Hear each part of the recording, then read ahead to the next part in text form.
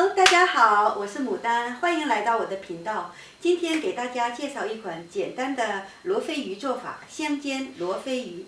OK， 欧米哇。我们需要的食材：罗非鱼、橄榄油、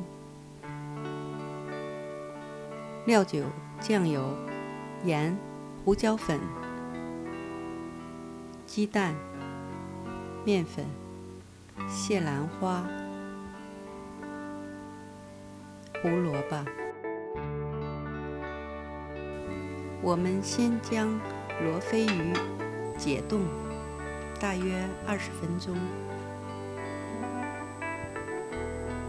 腌制罗非鱼，料酒、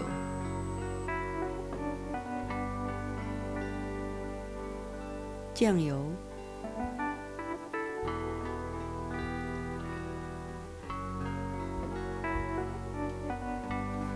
盐、胡椒粉，所有的材料适合自己的口味。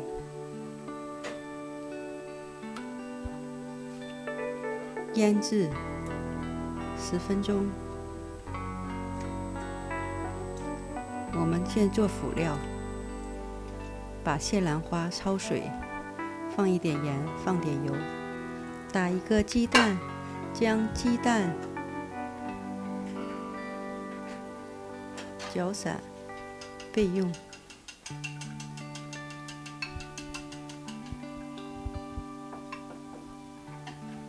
再将腌制好的罗非鱼沾满蛋液，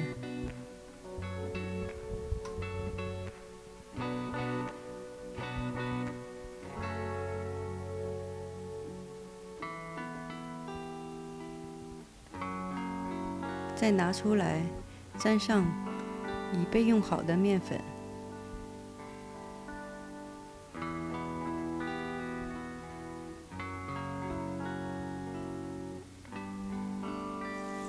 起锅烧油，煎罗非鱼，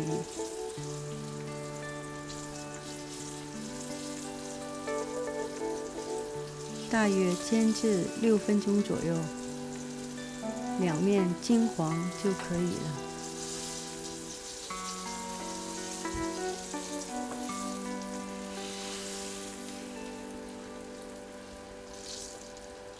煎罗非鱼不需要太大的火，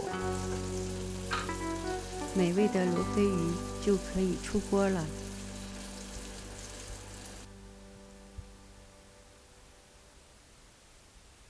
喜欢香菜的可以撒一点点香菜。欢迎收看这期视频，谢谢大家，我们下期再见，拜拜。